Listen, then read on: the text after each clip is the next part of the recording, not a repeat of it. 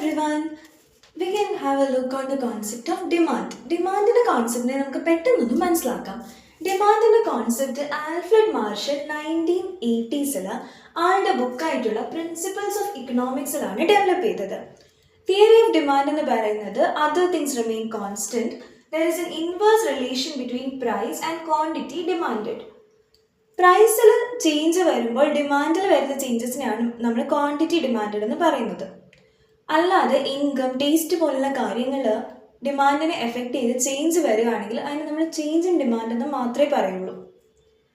ഇത് തിയറി പറയുന്നത് എന്താ, വില ബാക്കി ഇൻകം, ടേസ്റ്റ്, പ്രിഫറൻസ് പോലുള്ള എല്ലാ കാര്യങ്ങളും കോൺസ്റ്റന്റ് ആയിരിക്കുമ്പോൾ ഒരു വസ്തുവിന്റെ വില കൂടുകയാണെങ്കിൽ അതിന്റെ ഡിമാൻഡ് കുറയും, വില കുറയുകയാണെങ്കിലോ ഡിമാൻഡ് കൂടും. ഡിമാൻഡ് എന്നുള്ളത് ഒരു ഫ്ലോ കോൺസെപ്റ്റ് ആണ്. ഇതാണ് ഡിമാൻഡ് കർവ്. ഡൗൺവേർഡ് സ്ലോപ്പിംഗ് ആണ്, അതായത് പ്രൈസ് കൂടുന്നതനുസരിച്ച് ഡിമാൻഡ് കുറഞ്ഞുകൊണ്ടിരിക്കുകയാണ് ചെയ്യുന്നത്. അതേസമയം പ്രൈസ് കുറഞ്ഞാലോ ഡിമാൻഡ്, ക്വാണ്ടിറ്റി ഡിമാൻഡ് കൂടും. ഈ ഡൗൺവേർഡ് സ്ലോപ്പിംഗ് ഡിമാൻഡ് കർവ് വരാനായിട്ട് 3 കാര്യങ്ങളാണ് ഉള്ളത്. ഒന്നാമത്തെ കാര്യമാണ് ഇൻകം എഫക്റ്റ്. ഇൻകം എഫക്റ്റ് എന്ന് പറയുന്നത് as price decreases the real purchasing power increases, so will be the demand. അതായത് ഒരു വസ്തുവിന്റെ വില കുറയുമ്പോൾ നമ്മുടെ കയ്യിലുള്ള പൈസയുടെ real purchasing power of money കൂടുകയാണ്, അപ്പോൾ നമ്മൾ കൂടുതൽ വസ്തുക്കൾ ഡിമാൻഡ് ചെയ്യും. സബ്സ്റ്റിറ്റ്യൂഷൻ എഫക്റ്റ്, അതായത് price decreases the goods become cheaper compared to others and the demand increases. ഇപ്പോൾ ചായയുടെ വില കുറയുകയാണെങ്കിൽ ചായ കാപ്പിയെ അപേക്ഷിച്ച് കുറെ കൂടെ ചീപ്പർ ആയിരിക്കും, അപ്പോൾ ചായക്കുള്ള ഡിമാൻഡ് കൂടും. Law of diminishing marginal utility. It states that consumers buys more when price is less. സാധനത്തിന്റെ വില കുറവാണെങ്കിൽ ആൾക്കാർ അതിനെ എപ്പോഴും കൂടുതൽ ഡിമാൻഡ് ചെയ്യുള്ളൂ. ഈ 3 റീസൺസ് ആണ് ഡിമാൻഡ് കർവിന്റെ ഡൗൺവേർഡ് സ്ലോപ്പിങ്ങിനായിട്ടുള്ള കാരണങ്ങൾ. എന്നാലും ഈ ഡിമാൻഡ് തിയറിക്ക് എക്സെപ്ഷൻ ആയിട്ടുള്ള ചില ഗുഡ്സ് ഉണ്ട്. അതിലൊന്നാണ് വെബ്ലൻ ഗുഡ്സ്. വെബ്ലൻ ഗുഡ്സ് എന്ന് പറയുന്നത് ലക്ഷറി ഗുഡ്സ് ആണ്. ഇതിന്റെ പ്രസ്റ്റീജുമായിട്ട് റിലേറ്റഡ് ആയതുകൊണ്ട് വില കൂടിയിരുന്നാൽ തന്നെ അതിന്റെ ഡിമാൻഡും കൂടും.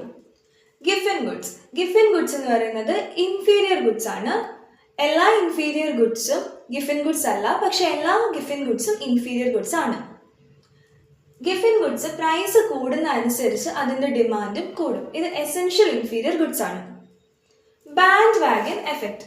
ബാൻഡ് വാഗൻ എഫക്റ്റ് എന്ന് പറയുന്നത് ഡെമോൺസ്ട്രേഷൻ എഫക്റ്റ് എന്നും നമുക്കങ്ങനെ പറയാം. അതായത് ഒരു ട്രെൻഡാണ്, എല്ലാവരും ഈ സാധനം ഡിമാൻഡ് ചെയ്യുന്നുണ്ടെങ്കിൽ ഞാനും ഡിമാൻഡ് ചെയ്യും എന്നുള്ളൊരു ട്രെൻഡ് വരുമ്പോഴാണ് പ്രൈസിന് ഇറസ്പെക്റ്റീവ് ആയിട്ട് ഡിമാൻഡ് കൂടുന്നത്. Snob effect. സ്നോബ് എഫക്റ്റ് എന്ന് പറയുന്നത് റെയർ ഗുഡ്സിന് വേണ്ടിയിട്ടാണ്. അതായത് ആരും ഡിമാൻഡ് ചെയ്യുന്നില്ലെങ്കിലും ഞാൻ അതിനെ ഡിമാൻഡ് ചെയ്യും എന്നുള്ളൊരു കോൺസെപ്റ്റ് വരുമ്പോഴാണ് it becomes an exception to law of demand. ഇനി derived demand means demand for goods used in production of other goods. അതായത് ഒരു വസ്തുവിന്റെ ഉൽപാദനത്തിന് ഉപയോഗിക്കുന്ന വസ്തുവിന്റെ ഡിമാൻഡ്. അതായത് പഞ്ചസാരയ്ക്കുള്ള ഡിമാൻഡ് കൂടുകയാണെങ്കിൽ ഷുഗർ കെയിനുള്ള ഡിമാൻഡും കൂടും. ഷുഗർ കെയിനുള്ള ഡിമാൻഡിനെയാണ് നമ്മൾ ഡിറൈവ്ഡ് ഡിമാൻഡ് എന്ന് പറയുന്നത്. അതായത് പ്രൊഡക്ഷൻ കൂടിക്കൊണ്ടിരിക്കുകയാണ്, അല്ലെങ്കിൽ ബിൽഡിങ്സിന്റെ കൺസ്ട്രക്ഷൻ കൂടുകയാണെങ്കിൽ ലേബറിനുള്ള ഡിമാൻഡും കൂടും. ഡയറക്റ്റ് ഉള്ള ഡിമാൻഡ് അല്ല, ഡിറൈവ്ഡ് ഡിമാൻഡ് ആണ് ആ ലേബറിന് വേണ്ടിയിട്ടുള്ള ഡിമാൻഡ്. ഇതിനെയാണ് നമ്മൾ ഡിറൈവ്ഡ് ഡിമാൻഡ് എന്ന് പറയുന്നത്.